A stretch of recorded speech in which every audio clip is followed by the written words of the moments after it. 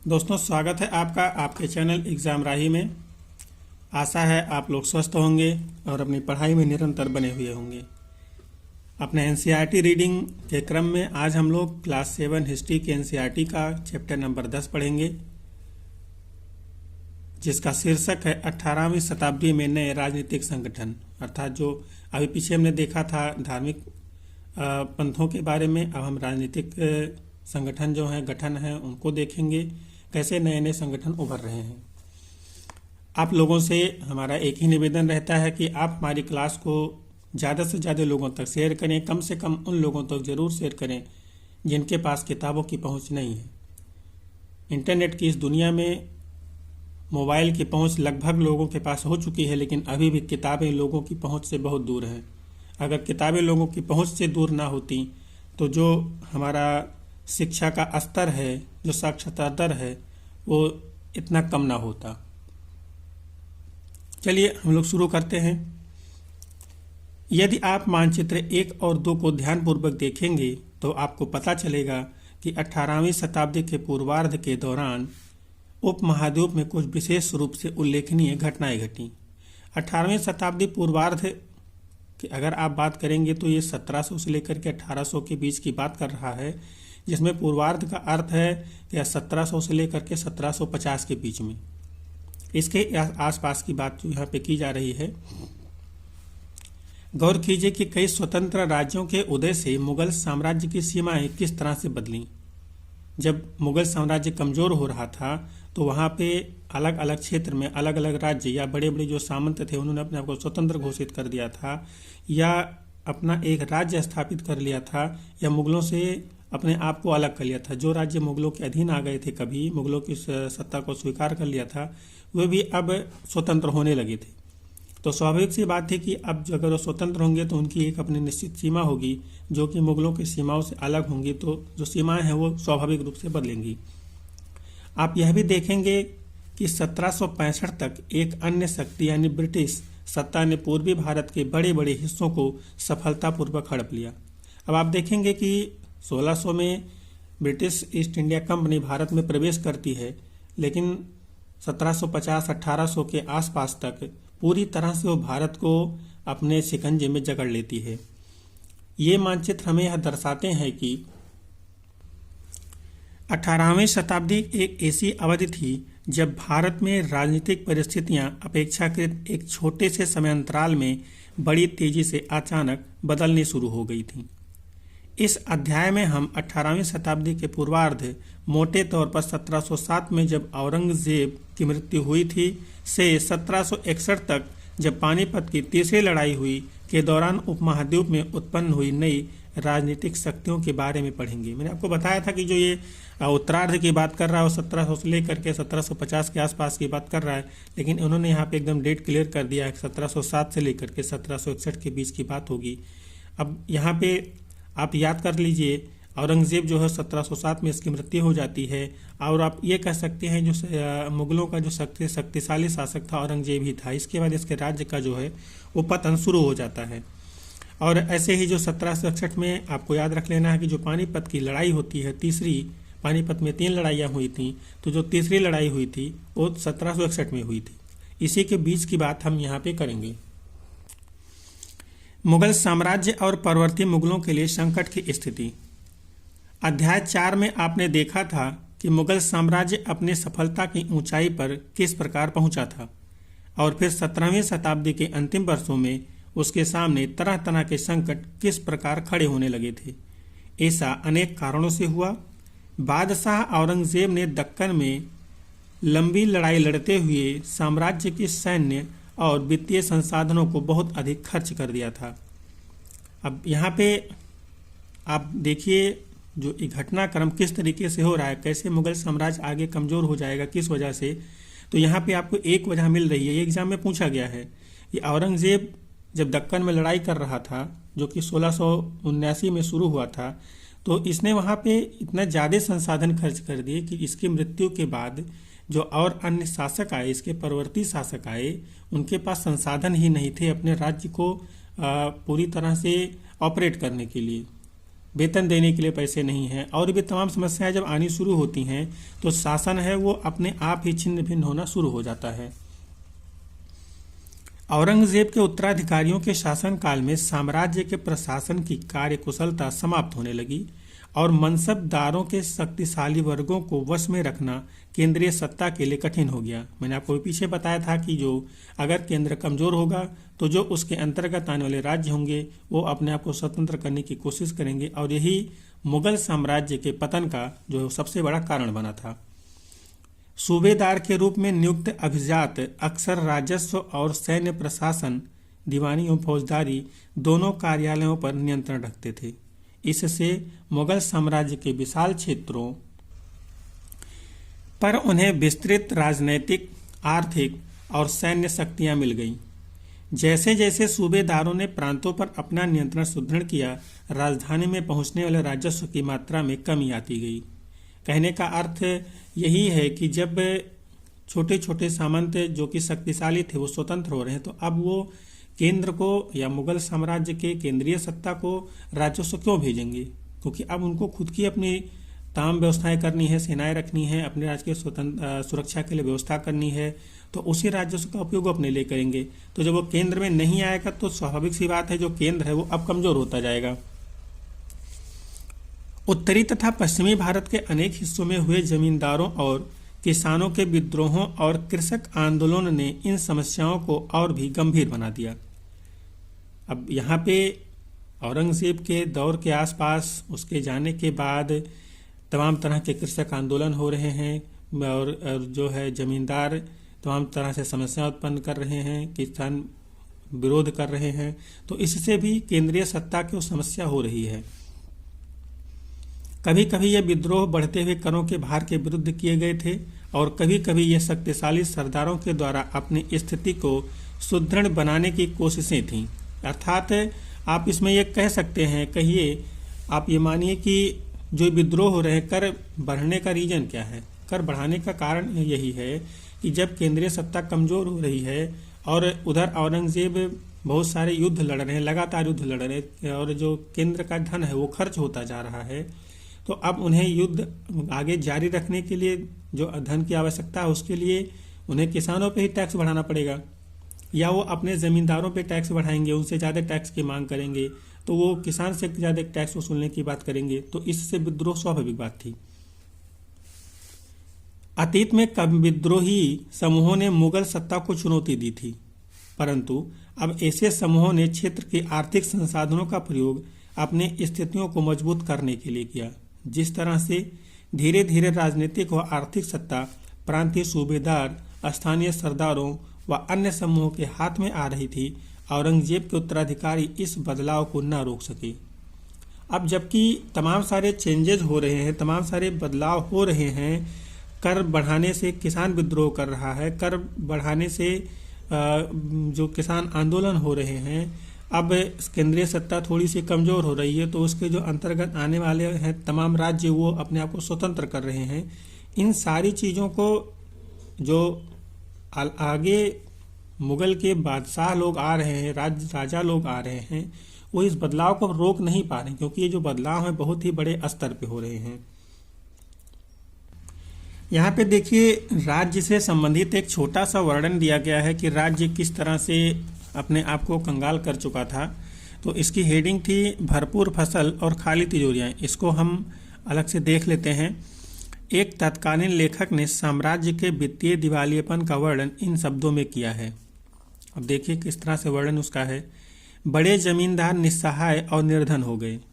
उनके किसान वर्ष में 2 फसलें उगाते हैं, लेकिन उन्हें दोनों में से कुछ नहीं मिलता है। उनके स्थानीय गुमास्ते एक तरह से किसानों के हाथ की कठपुतली बने हैं, जैसे कि स्वयं किसान अपने ऋणदाता के बस में रहता है जब तक कि वह साहूकार का कर्ज नहीं चुका देता।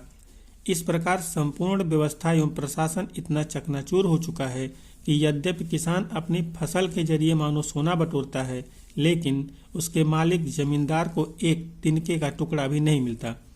ऐसी हालात में जमींदार सशस्त्र सेना कैसे रख सकते हैं जिनकी उनसे आशा की जाती है।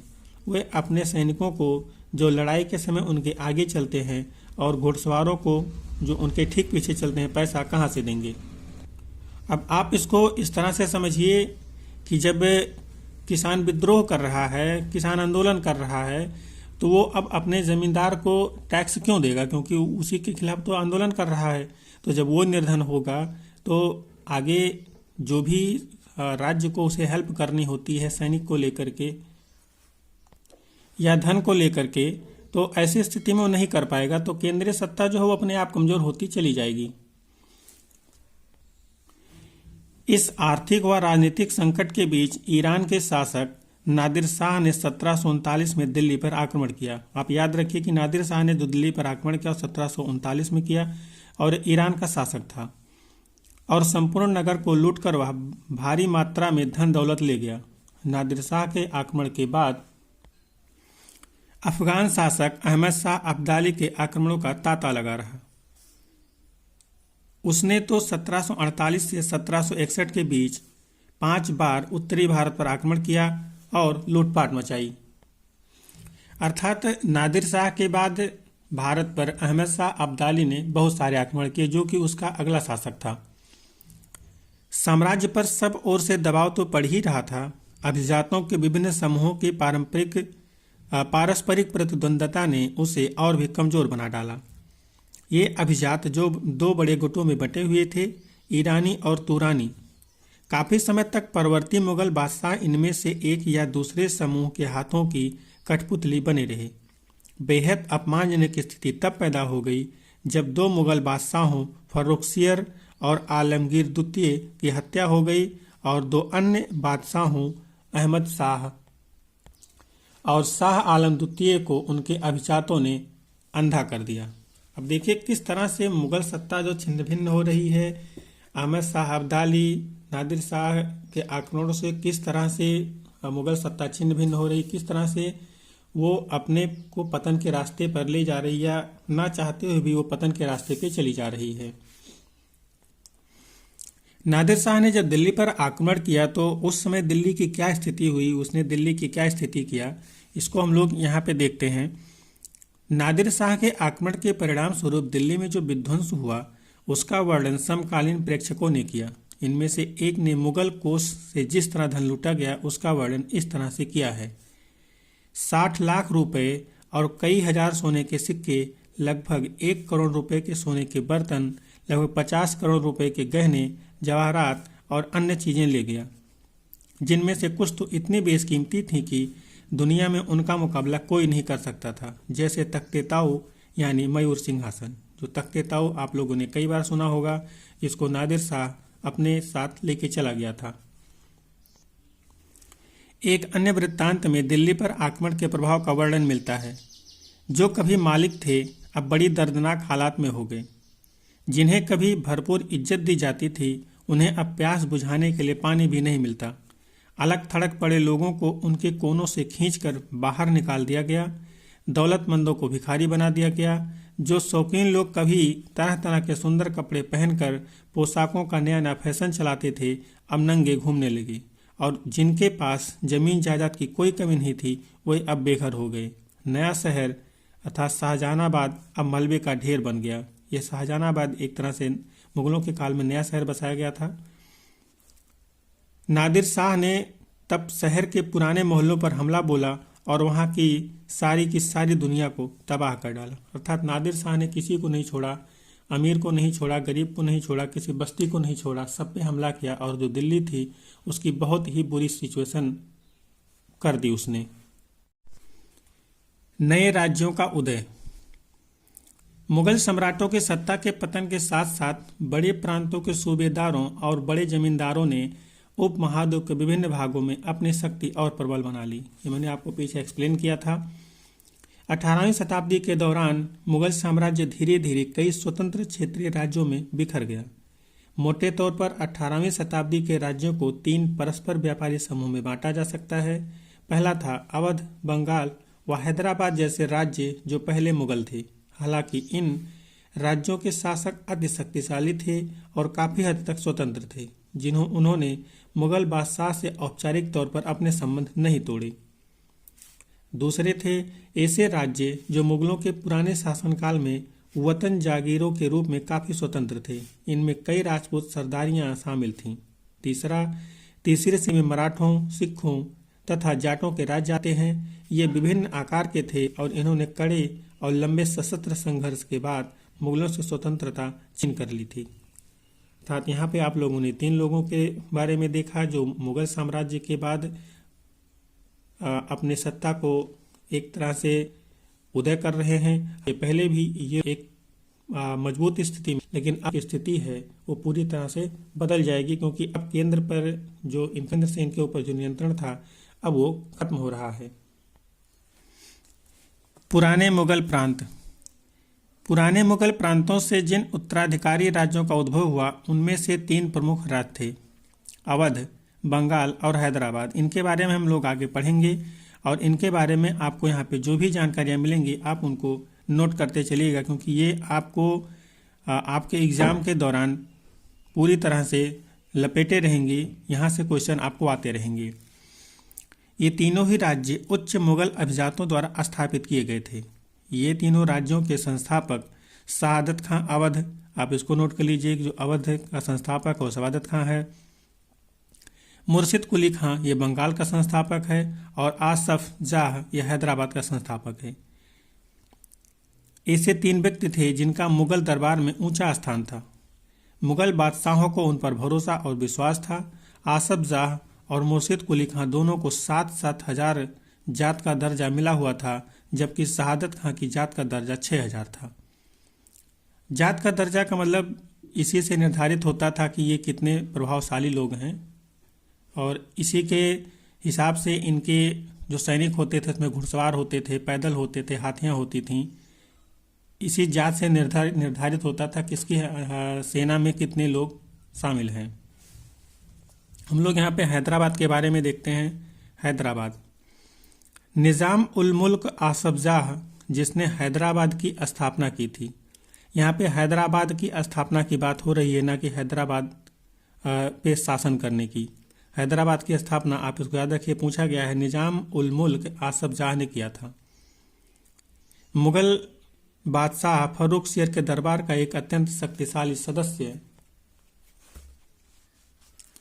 सदस्य था। उसे सर्वप्रथम अवध की सूबेदारी सौंपी गई थी और बाद में उसे दक्कन का कार्यभार दे दिया गया था। दक्कन प्रांतों का सूबेदार होने की वजह से आसफ जाह के पास पहले से ही राजनीतिक और वित्तीय प्रशासन का पूरा नियंत्रण था। दक्कन में होने वाले उपद्रवों और मुगल दरबार में चल रही प्रतिस्पर्धा का फायदा उठाकर उसने सत्ता हथियाई तथा उस क्षेत्र का वस्तुतः शासक बन गया। आगे चलकर यह भी वहां पे शासक, जो आसफ जाह है, शासक बन जाता है। आसफ जाह अपने कुशल सैनिकों तथा प्रशासकों को उत्तरी भारत से लाया था और वे दक्षिण में नए अवसर पाकर प्रसन्न थे। उसने मनसबदार नियुक्त किए और इन्हें जागीरें प्रदान की। अर्थात जब वो स्वतंत्र हो गया तो उसने भी जिस तरह से सत्ता अभी तक के केंद्र से चलती थी वही सत्ता वो अपने राज्य में स्थापित करने की कोशिश कर रहा है। हालांकि वह अभी भी मुगल सम्राट का सेवक था, फिर भी वह काफ़ी आज़ादी से शासन चलाता था। न तो वह दिल्ली से कोई निर्देश लेता था और न ही दिल्ली उसके कामकाज में कोई हस्तक्षेप करती थी। मुगल बादशाह तो केवल निज़ाम द्वारा पहले से किए गए निर्णयों की पुष्टि कर दिया करते थे। अर्थात अब ये एक तरह से स्वतंत्र हो चुके हैं। इनके ऊपर केंद्र का कोई नियंत्रण नहीं है, ना तो उनकी बात मानते हैं, ना तो वो उनको कोई आदेश दे रहे हैं। हैदराबाद राज्य पश्चिम की ओर से मराठों के विरुद्ध और पठारी क्षेत्र के स्वतंत्र तेलुगु सैन्य नायकों के साथ युद्ध करने में सदा संलग्न रहता था। पूर्व दिशा में निजाम कोरोमंडल तट पर स्थित वस्त्रोत्पादक धन संपन्न क्षेत्र पर अपना नियंत्रण प्राप्त करने की महत्वाकांक्षा रखता था, पर उनकी इस महत्वाकांक्षा पर उस क्षेत्र में ब्रिटिश शक्ति की उपस्थिति के कारण रोक लग गई। अब यहाँ पे आप जो देख रहे हैं, जो मराठा हैं, पठारी क्षेत्र के स्वतंत्र तेलुगु सैन्य हैं, यहाँ से जो हैदराबाद है ये हमेशा युद्धरत ही रहता है और इससे निश्चित रूप से उन्हें दिक्कतों का सामना करना पड़ रहा है। लेकिन जो आगे चल करके यहाँ पे जो ब्रिटिश शक्ति है, जो ब्रिटिश शक्ति यहाँ पे आ रही है, स्थापित हो रही इसी समय में, तो इससे उनकी जो एक अपनी एक कह सकते हैं महत्वाकांक्षा है, उस क्षेत्र में विस्तार की वो धरी की धरी रह जाती है। अब हम यहाँ पे अवध के बारे में देखते हैं थोड़ा सा। बुरहान उल मुल्क शहादत खां को 1722 में अवध का सूबेदार नियुक्त किया गया। मुगल साम्राज्य का विघटन होने पर जो राज्य बने उनमें यह राज्य सर्वाधिक शक्तिशाली राज्यों में से एक था। अवध एक समृद्धशाली प्रदेश था जो गंगा नदी के उपजाऊ मैदान में फैला हुआ था और उत्तरी भारत तथा बंगाल के बीच व्यापार का मुख्य मार्ग उसी से होकर गुजरता था। जो उत्तरवर्ती मुगल राज्य है उसमें जो अवध है वो सबसे ही ज्यादा शक्तिशाली रूप में उभरा हुआ है। बुरहान उल मुल्क ने भी अवध की सूबेदारी, दीवानी और फौजदारी एक साथ अपने हाथ में ले ली और सूबे के राजनीतिक, वित्तीय और सैनिक मामलों का एकमात्र कर्ता धर्ता बन गया। अब वहां पे देखिए कि ये भी केंद्र से स्वतंत्र हो गए और अपना जो भी मामला है वो खुद देखने लग गए।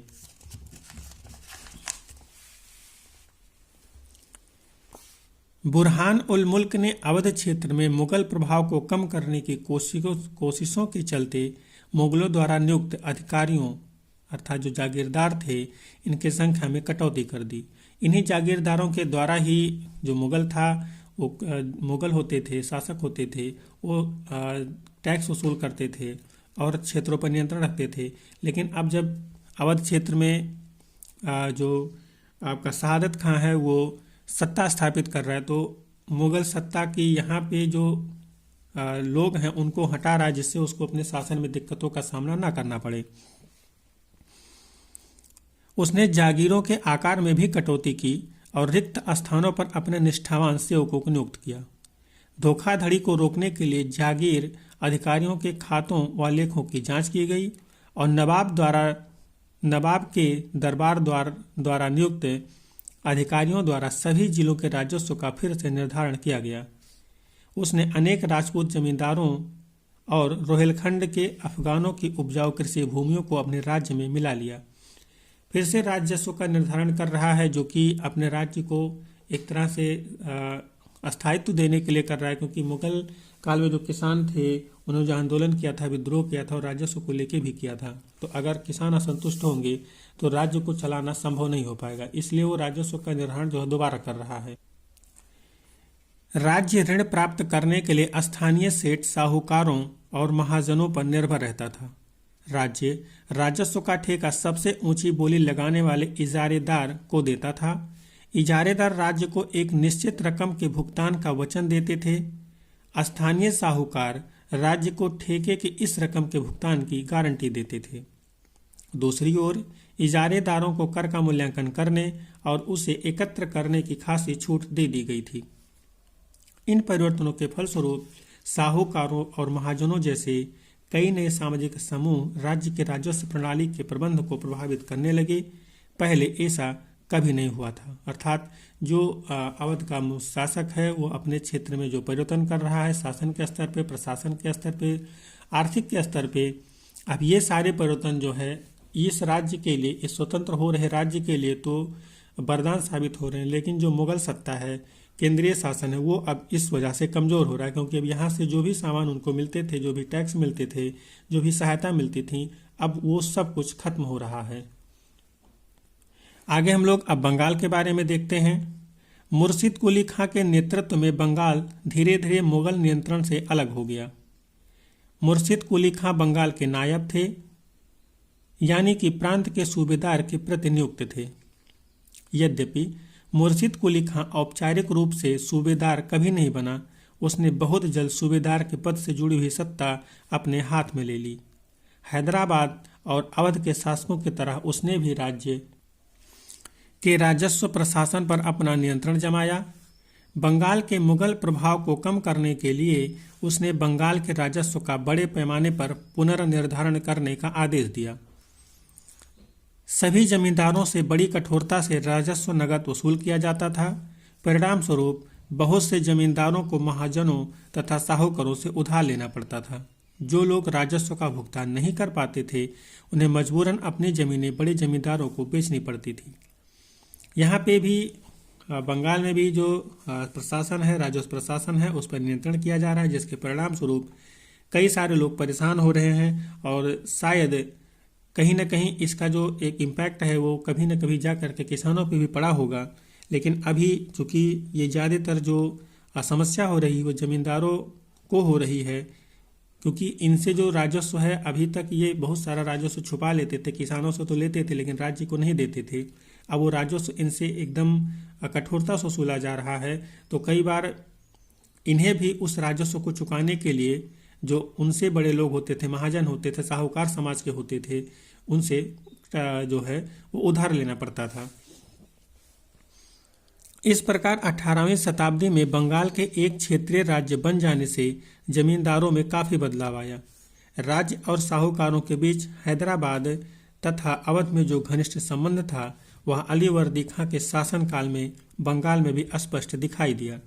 उसके शासनकाल में जगत सेठ का साहूकार घराना अत्यंत समृद्धशाली हो गया। अब साहूकार घराना समृद्धशाली हो गया, इसका कारण ये भी होगा कि जो जमींदार हैं वो राज्य को निर्धारित टैक्स से स्वयं से नहीं दे पा रहे, तो साहूकारों से अभी उनको कह सकते हैं कि उधार लेना पड़ रहा है। तो उधारी का क्रम, साहूकार जो होते हैं उधार जो भी देते हैं उस पे वो ब्याज लेते हैं।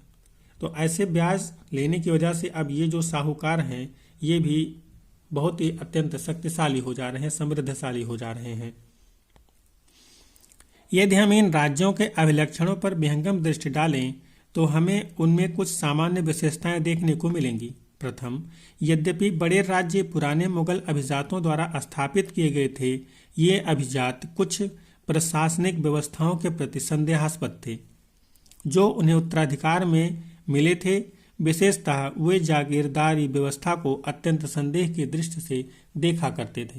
कहने का अर्थ है कि जब इन्होंने खुद एक सत्ता से विद्रोह करके या सत्ता से अलग होकर के अपना शासन स्थापित किया है, तो इन्होंने भी तो कहीं न कहीं उस राज्य से विद्रोह किया था या उस राज्य से धोखा किया था।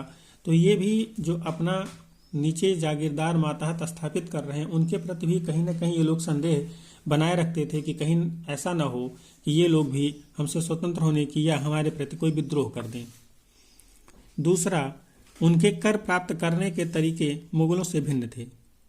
कर संग्रह के लिए राज्य के अधिकारियों पर निर्भर न रहकर तीनों राज्यों हैदराबाद, अवध, बंगाल ने राजस्व वसूली के लिए इजारेदारों के साथ ठेके कर लिए। इजारेदारी की प्रथा जो मुगलों द्वारा पूर्णतः नापसंद की गई थी, 18वीं शताब्दी में समस्त भारत में फैल गई थी। अर्थात जो प्रथा अभी तक बंद हो चुकी थी, एक बार दोबारा अपना सर उठा रही है। तथापि देहात के उसके प्रभाव में क्षेत्रीय विभिन्नताएं आईं। इन सभी क्षेत्रीय राज्यों में तीसरा सामान्य लक्षण यह था कि उनमें राज्य और धनी महाजनों तथा वणिक जनों के बीच संबंध उभरने लगे। ये साहूकार महाजन लोग लगान वसूल करने वाले इजारेदारों को पैसा उधार देते थे, बदले में प्रतिभूति जमानत या बंधक के रूप में जमीन रख लेते थे और उनकी जोतों से अपने खुद के कारिंदों के जरिए कर वसूल किया करते थे। इस प्रकार समस्त भारत में धनाढ्य साहूकार महाजन लोगों की इस नई राजनीतिक व्यवस्था में साझेदारी बढ़ गई। अब देखिए किस तरह से परिवर्तन हो रहा है, किस तरह से नए महाजन, नए वणिक उभर रहे हैं, उन लोगों के बीच संबंध उभर रहे हैं और किस तरह से जो टैक्स वसूलने का कार्य है इधर उधर को ट्रांसफर हो रहा है। आगे हम लोग चलते हैं, जो अपना नेक्स्ट हेडिंग है राजपूतों की वतन जागीरी। बहुत से राजपूत घराने विशिष्ट रूप से आबेर और जोधपुर के राजघराने मुगल व्यवस्था में विशिष्टता के साथ सेवारत रहे थे।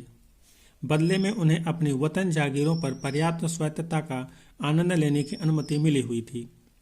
अब 18वीं शताब्दी में इन शासकों ने अपने आसपास के इलाकों पर जो राजपूत अभी तक मुगलों के प्रति वफादार हुआ करते थे, मुगलों की शासन सत्ता के अंतर्गत शासन करते थे, अब वो भी अपने आप को स्वतंत्र करने की कोशिश करना शुरू कर दिए हैं।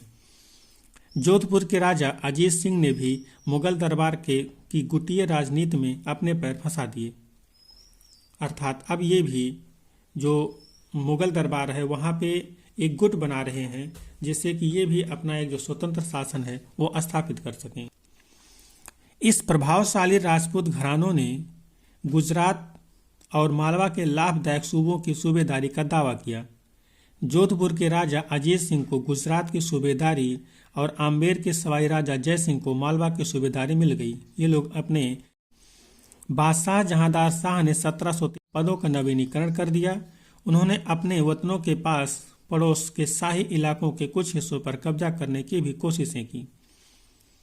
जोधपुर राजघराने ने नागौर को जीत लिया और अपने राज्य में मिला लिया। अब देखिए, ये लोग स्वतंत्र हुए थे और अब दूसरे राज्यों पर आक्रमण भी कर रहे हैं। उनको अपने राज्य में मिला करके अपने राज्य का जो सीमा है उसको और अधिक बढ़ा रहे हैं।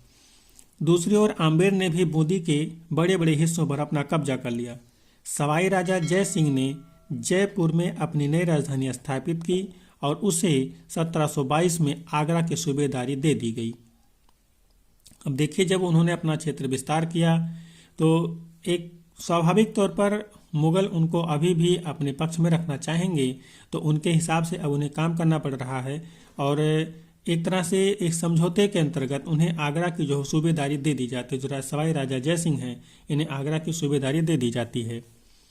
1740 के दशक से राजस्थान में मराठों के अभिजातों ने इन रजवाड़ों पर भारी दबाव डालना शुरू कर दिया, जिससे उनका अपना विस्तार आगे होने से रुक गया। देखिए किस तरह से इन लोगों ने अपना शासन स्थापित किया, अपने शासन का विस्तार किया, किस तरह से केंद्रीय सत्ता से लोग अलग हुए। यहाँ पे आप लोगों को इसका जो है छोटा सा मिला वृत्तांत। आगे जब हम लोग एडवांस में पढ़ेंगे तो इसको और भी डिटेल में देखेंगे। अब यहाँ पे हम लोग देखते हैं एक हेडिंग है आज़ादी हासिल करना। अब इसके संदर्भ में देखते हैं कि हमको क्या क्या चीज़ें यहाँ पे मिलती हैं। अब यहाँ पे हम जो पहला देखेंगे वो सिखों के संदर्भ में देखेंगे। आज़ादी हासिल करने के संदर्भ में सिखों ने क्या किया, इसको हम लोग देखते हैं। अध्याय 8 में आपने पढ़ा कि 17वीं शताब्दी के दौरान सिख एक राजनैतिक समुदाय के रूप में गठित हो गए। इससे पंजाब के क्षेत्रीय राज्य निर्माण को बढ़ावा मिला। गुरु गोविंद सिंह ने 1699 में खालसा पंथ की स्थापना से पूर्व और उसके पश्चात राजपूत व मुगल शासकों के खिलाफ कई लड़ाइयाँ लड़ी। आप लोग यहाँ पे याद रखिए, जो खालसा पंथ की स्थापना हो रही है गुरु गोविंद सिंह द्वारा 1699 में हो रही है, आप इसको याद रखिएगा। 1708 में गुरु गोविंद सिंह की मृत्यु के बाद बंदा बहादुर के नेतृत्व में खालसा ने मुगल सत्ता के खिलाफ विद्रोह कर दिया। अर्थात जो सिख हैं, खालसा पंथ है, ये भी अब मुगलों से अपना एक अलग सत्ता स्थापित करने की कोशिश कर रहा है। उन्होंने बाबा गुरु नानक और गुरु गोविंद सिंह के नामों वाले सिक्के गढ़कर अपने शासन को सार्वभौमिक बताया। अर्थात अब ये लोग सिक्के आर्थिकी में सिक्के ढालने की कोशिश कर रहे हैं, सिक्के चला रहे हैं, जिससे इन्हें मुगलों के सिक्के न चलाने पड़े और ऐसा लगे कि ये भी एक स्वतंत्र और स्थापित राज्य हैं जिनकी अपनी एक खुद की संप्रभुता है। सतलुज और यमुना नदियों के बीच के क्षेत्र में उन्होंने अपने प्रशासन की स्थापना की। 1715 में बंदा बहादुर को बंदी बना लिया गया और उसे 1716 में मार दिया गया। जो बंदा बहादुर हैं खालसा पंथ में, इन्हें जो कि राज्य के स्थापित करने में अपना योगदान दे रहे हैं, इन्हें गिरफ्तार करके और मार दिया जाता है। 18वीं शताब्दी में कई योग्य नेताओं के नेतृत्व में सिखों ने अपने आप को पहले जत्थों में और बाद में मिसलों में संगठित किया। इन जत्थों और मिसलों की संयुक्त सेनाएं दल खालसा कहलाती थीं। आप दल खालसा याद रखिएगा, जो जत्था है और मिसल है, इनकी जो संयुक्त सेना है उसी को दल खालसा कहा जाता है। उन दिनों दल खालसा बैसाखी और दिवाली के पर्वों पर अमृतसर में मिलता था। इन बैठकों में वे सामूहिक निर्णय लिए जाते थे जिन्हें गुरुमत्ता गुरु के प्रस्ताव कहा जाता था। सिखों ने राखी की व्यवस्था की, जिसके अंत किसानों से उनकी उपज का 20% कर के रूप में लेकर बदले में उन्हें संरक्षण प्रदान किया जाता था। अब ये लोगों को संरक्षण प्रदान कर रहे हैं, उनसे टैक्स ले रहे हैं, उन्हें संरक्षण दे रहे हैं, तो संरक्षण किससे देंगे? संरक्षण मुगलों से, मुगलों के आक्रमण से देंगे, अलग जो छोटे छोटे राज्य हैं उनके आक्रमण से देंगे, और जो एक तरह से कह सकते हैं राज्य के अंतर ही जो तमाम तरह से छोटे छोटे विद्रोह होते रहते हैं उनसे ये लोग उन्हें संरक्षण देंगे। गुरु गोविंद सिंह ने खालसा को प्रेरित किया था कि शासन उनके भाग्य में है। अपने सुनियोजित संगठन के कारण खालसा पहले मुगल सूबेदारों के खिलाफ और फिर अहमद शाह अब्दाली के खिलाफ सफल विद्रोह प्रकट कर सका। अहमद शाह अब्दाली ने मुगलों से पंजाब का समृद्ध प्रांत और सरहिंद की सरकार को अपने कब्जे में कर लिया था। ये आप यहाँ पे देखिए, जो खालसा है वो अहमद शाह अब्दाली का जो आक्रमण है उससे भी पूरी तरह से भिड़ रहा है और वहाँ पे भी सफलता वो प्राप्त कर रहा है। खालसा ने 1765 में अपना सिक्का गढ़कर सार्वभौम शासन की घोषणा की। यह महत्वपूर्ण है कि सिक्के पर उत्कीर्ण शब्द वही थे जो बंदा बहादुर के समय में खालसा के आदेशों में पाए गए थे। अर्थात आप यहाँ पे देखिए, हमने आपको बताया कि सत्ता स्थापित करने के लिए वो पुरजोर कोशिश कर रहे हैं, जिसमें आर्थिकी में वो सिक्के की ढलाई कर रहे हैं, जिससे उनकी सत्ता को एक सार्वभौमिकता मिले, एक मान्यता मिले। और इसमें उन्हीं आदेशों को खुदवाया जाता है जो बंदा बहादुर था, जिसने इस राज्य को स्थापित करने में अपने प्राणों की आहुति दे दी, उसी के आदेशों को इसमें खुदवाया जाता है। 18वीं शताब्दी के अंतिम भाग में सिख इलाके सिंधु से यमुना तक फैले हुए थे। यद्यपि ये विभिन्न शासकों में बटे हुए थे, इनमें से एक शासक महाराजा रणजीत सिंह ने विभिन्न सिख समूहों में फिर से एकता कायम करके 1799 में लाहौर को अपनी राजधानी बनाया।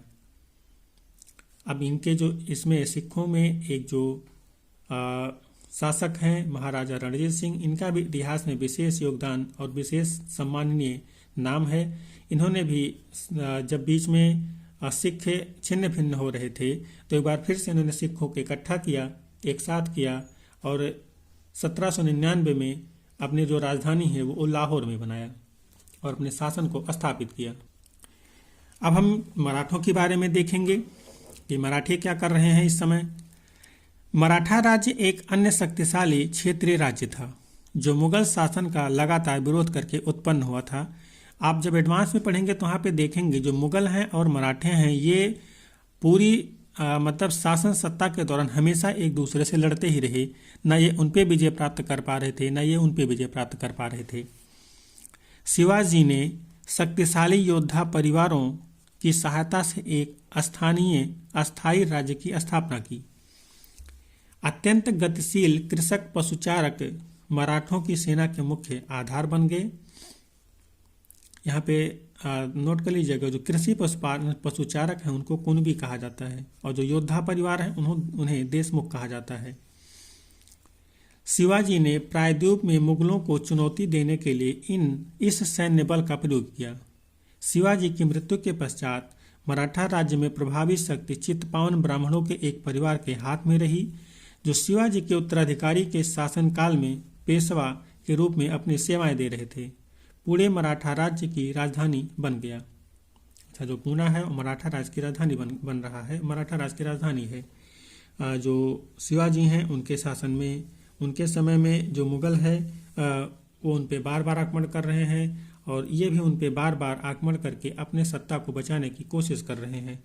लेकिन शिवाजी के मृत्यु के बाद जो इनका शासन है उत्तराधिकार के एक तरह से अभाव में, जो उस वक्त पेशवा हुआ करते थे या उनका प्रधानमंत्री था, उसके हाथ में जाता है और वो आगे उस शासन को बढ़ाता है। पेशवाओं को देखरेख में मराठों ने एक अत्यंत सफल सैन्य संगठन का विकास कर लिया। उनकी सफलता का रहस्य यह था कि वे मुगलों के किलाबंद इलाकों से टक्कर न लेते हुए उनके पास से चुपचाप निकलकर कस्बों पर हमला बोलते थे और मुगल सेना से ऐसे मैदानी इलाकों में मुठभेड़ लेते थे जहां रसद पाने और कुमक आने के रास्ते आसानी से रोके जा सकें। अर्थात ये लोग इतने चालाक थे कि शहर में जहाँ पे उनके तुरंत के तुरंत हारने के चांस हैं वो वहाँ पे हमला ना करके गांव पे जाके हमला करते हैं, जिससे वहाँ पे केंद्र के शासन में जो एक तरह से सेना है उसको पहुँचने में समय लगेगा और तब तक वो अपना वहाँ पे जो युद्ध है समाप्त कर चुके होंगे। और अगर किसी मैदानी इलाके में जहाँ पे मुगल सेनाएं और ये आमने सामने होते थे तो उसी जगह पे ये लोग जा करके युद्ध करते थे जहाँ पे इनको ये आशा होती थी यहाँ पे हम मुगलों की जो राशन है, खाने पीने के सामान है, वो आने का जो रास्ता है उसको हम लोग रोक ले जाएंगे। ये एक युद्ध की स्ट्रेटेजी होती है कि अगर आप किसी सेना का जो साजो सामान है वो बाधित कर ले जाएं तो आप आधे से ज़्यादा युद्ध उसी वक्त जीत जाते हैं। 1720 से 1761 के बीच मराठा साम्राज्य का काफी विस्तार हुआ। उसने शनैः शनैः और काफी सफलतापूर्वक मुगल साम्राज्य की सत्ता को क्षति पहुंचाई। 1720 के दशक तक मालवा और गुजरात मुगलों से छीन लिए। 1730 के दशक तक मराठा नरेश ने समस्त दक्कन प्रायद्वीप के अधिपति के रूप में मान्यता मिल गई और साथ ही इस क्षेत्र पर चौथ और सरदेशमुखी कर वसूलने का अधिकार भी मिल गया। अर्थात जो मराठा हैं ये इतने अब शक्तिशाली हो गए हैं कि ये कुछ टैक्स वसूलने का कार्य भी मुगलों के इलाकों में करना शुरू कर रहे हैं। यहाँ पे जो चौथ होता है, जमींदारों द्वारा वसूले जाने वाले भू राजस्व का 25%, दक्कन में इनको मराठा वसूलते थे। आप इसको याद रखिए कि जो चौथ है मराठों द्वारा दक्कन में वसूला जा रहा है और ये जमींदारों को वसूले गए जो भू राजस्व उसका 25% है। और जो सरदेशमुखी है, दक्कन में मुख्य राजस्व संग्रहकर्ता को दिए जाने वाला भू राजस्व 9 से 10% हिस्सा, जो मुख्य राजस्व आता था उसका 9 से 10% जो था वो सरदेशमुखी के रूप में मराठा वसूलते थे। मैं आपको उस चौथ और सरदेशमुखी का एक सेपरेट वीडियो, इसमें क्या चीज़ें थी और कैसे थी, ये आपको दूंगा जिससे आपको इसे जानने में ज़्यादा हेल्प हो। 1737 में दिल्ली पर धावा बोलने के बाद मराठा प्रभुत्व की सीमाएं तेजी से बढ़ीं। वही उत्तर में राजस्थान और पंजाब, पूर्व में बंगाल और उड़ीसा तथा दक्षिण में कर्नाटक और तमिल एवं तेलुगु प्रदेश तक फैल गईं। इन क्षेत्रों को औपचारिक रूप से मराठा साम्राज्य में सम्मिलित नहीं किया गया, मगर मराठा प्रभुसत्ता को स्वीकार करने के तरीकों के रूप में उनसे भेंट की रकम ली जाने लगी। साम्राज्य के इस विस्तार से उन्हें संसाधनों का भंडार तो मिल गया, मगर उसके लिए उन्हें कीमत भी चुकानी पड़ी। मराठों के सैन्य अभियानों के कारण अन्य शासक भी उनके खिलाफ खड़े हो गए। परिणाम स्वरूप मराठों को 1761 में पानीपत की तीसरी लड़ाई में अन्य शासकों को कोई सहायता नहीं मिली और ये 1761 के पानीपत की तीसरी लड़ाई में हार जाते हैं। अंतहीन सैन्य अभियानों के साथ साथ मराठों ने एक प्रभावशाली प्रशासन व्यवस्था तैयार की। जब किसी इलाके पर एक बार विजय अभियान पूरा हो जाता था और मराठों का शासन सुरक्षित हो जाता था, तो वहां स्थानीय परिस्थितियों को ध्यान में रखते हुए धीरे धीरे भू राजस्व की मांग की गई, कृषि को प्रोत्साहित किया गया और व्यापार को पुनर्जीवित किया गया। इससे सिंधिया, गायकवाड़ और भोंसले जैसे मराठा सरदारों को शक्तिशाली सेनाएं खड़ी करने के लिए संसाधन मिल सके। 1720 के दशक में मालवा में मराठा अभियानों ने उस क्षेत्र में स्थित शहरों के विकास व समृद्धि को कोई हानि नहीं पहुंचाई। उज्जैन सिंधिया के संरक्षण में और इंदौर होलकर के आश्रय में फलता फूलता रहा। ये शहर हर तरह से बड़े और समृद्धशाली थे और वे महत्वपूर्ण वाणिज्यिक और सांस्कृतिक केंद्रों के रूप में कार्य कर रहे थे। मराठों द्वारा नियंत्रण इलाकों में व्यापार के नए मार्ग खुले। चंदेरी के क्षेत्र में उत्पादित रेशमी वस्त्रों को मराठों की राजधानी पुणे में नया बाजार मिला। बुरहानपुर पहले आगरा और सूरत के बीच की धुरी पर ही अपने व्यापार में संलग्न था, लेकिन अब उसने अपने वाणिज्यिक भीतरी क्षेत्र को बढ़ाकर दक्षिण में पुणे और नागपुर को तथा पूर्व में लखनऊ तथा इलाहाबाद को शामिल कर लिया। आप इससे देख रहे हैं कि किस तरह से जो मराठा हैं वो एक प्रभावी शासन की व्यवस्था कर रहे हैं, अलग अलग इलाकों पे वो हमला कर रहे हैं, उनमें विजय प्राप्त कर रहे हैं। जो राजस्व की स्थिति है वो एक तरह से अपने लिए मजबूत कर रहे हैं, अपनी सेना के लिए वो कह सकते हैं कि सुरक्षित माहौल पैदा कर रहे हैं, जिससे उन्हें अपने आगे के किसी भी अभियान में दिक्कतों का सामना ना करना पड़े। वे ऐसे किसी भी क्षेत्र को या ऐसे किसी भी सिस्टम को नहीं छेड़ते हैं जिससे उन्हें खुद को दिक्कत हो जाए, और इस तरह से वो अपने जो शासन को एक तरह से अच्छी स्थिति में पहुंचाने का कार्य कर रहे हैं। अब हम लोग यहाँ पे जाटों के बारे में थोड़ी सी जानकारी ले लेते हैं। जाट अन्य राज्यों की तरह जाटों ने भी 17वीं और 18वीं शताब्दियों में अपनी सत्ता सुदृढ़ की। अपने नेता चूड़ामन के नेतृत्व में उन्होंने दिल्ली के पश्चिम क्षेत्र में स्थित क्षेत्रों पर अपना नियंत्रण कर लिया। अब देखिए कि जो जाट हैं दिल्ली के बगल ही पहुंच गए, एकदम दिल्ली में ही स्थापित होना शुरू हो गए हैं, दिल्ली के आसपास के इलाके में। अभी जो सत्ता स्थापित हो रही थी थोड़ा दूर दूर हो रही थी, अभी दिल्ली के जस्ट बगल अपनी सत्ता को स्थापित करने की कोशिश कर रहे हैं। 1680 के दशक तक आते आते उनका प्रभुत्व दिल्ली और आगरा के दो शाही शहरों के बीच के क्षेत्र पर होना शुरू हो गया।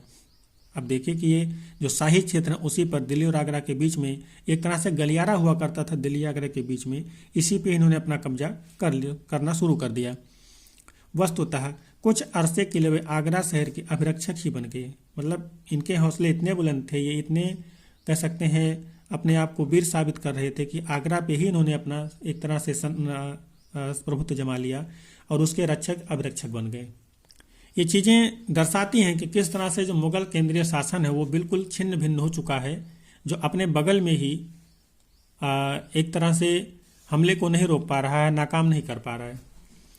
जाट समृद्ध कृषक थे और उनके प्रभुत्व क्षेत्र में पानीपत तथा बल्लभगढ़ जैसे शहर महत्वपूर्ण व्यापारिक केंद्र बन गए। सूरजमल के राज में भरतपुर शक्तिशाली राज्य के रूप में उभरा।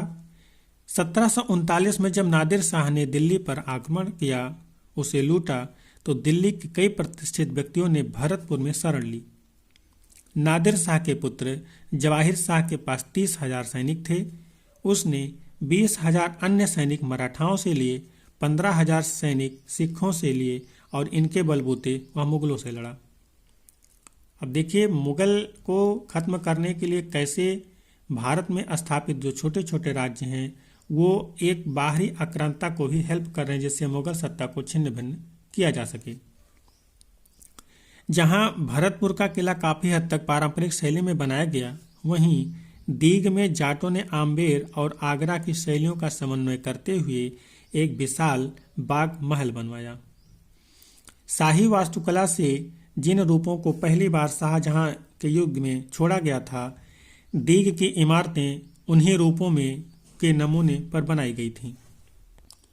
तो इस तरह से हमारा जो चैप्टर है यहाँ पे एंड हो रहा है। इसमें आपने देखा कि कैसे नए नए राज्य स्थापित हो रहे हैं, वो राज्य मुगलों को किस तरह से छीण कर रहे हैं, मुगल शासन किस तरह से छीण होती जा रही है और अब वो जगह जगह युद्ध हारने की स्थिति में है और जहाँ पे मुगल अपने मजबूत स्थिति में है वहाँ पे अन्य अलग अलग राजा जो हैं वो एक बाहरी आक्रांता को भी हेल्प कर रहे हैं जिससे मुगलों को खत्म कर सकें। हालांकि इसका इम्पैक्ट जो है वो उन लोगों पे भी बाद में पड़ता है, लेकिन चूंकि शुरुआती क्रम में उन्हें इस बात का आभास नहीं था तो उन्होंने उनको भरपूर सहायता किया। तो इस चैप्टर में हमने देखा कि कैसे बंगाल, अवध और जो अपना एक हैदराबाद अपनी शासन सत्ता को मुगलों से अलग होकर के स्थापित कर रहे हैं।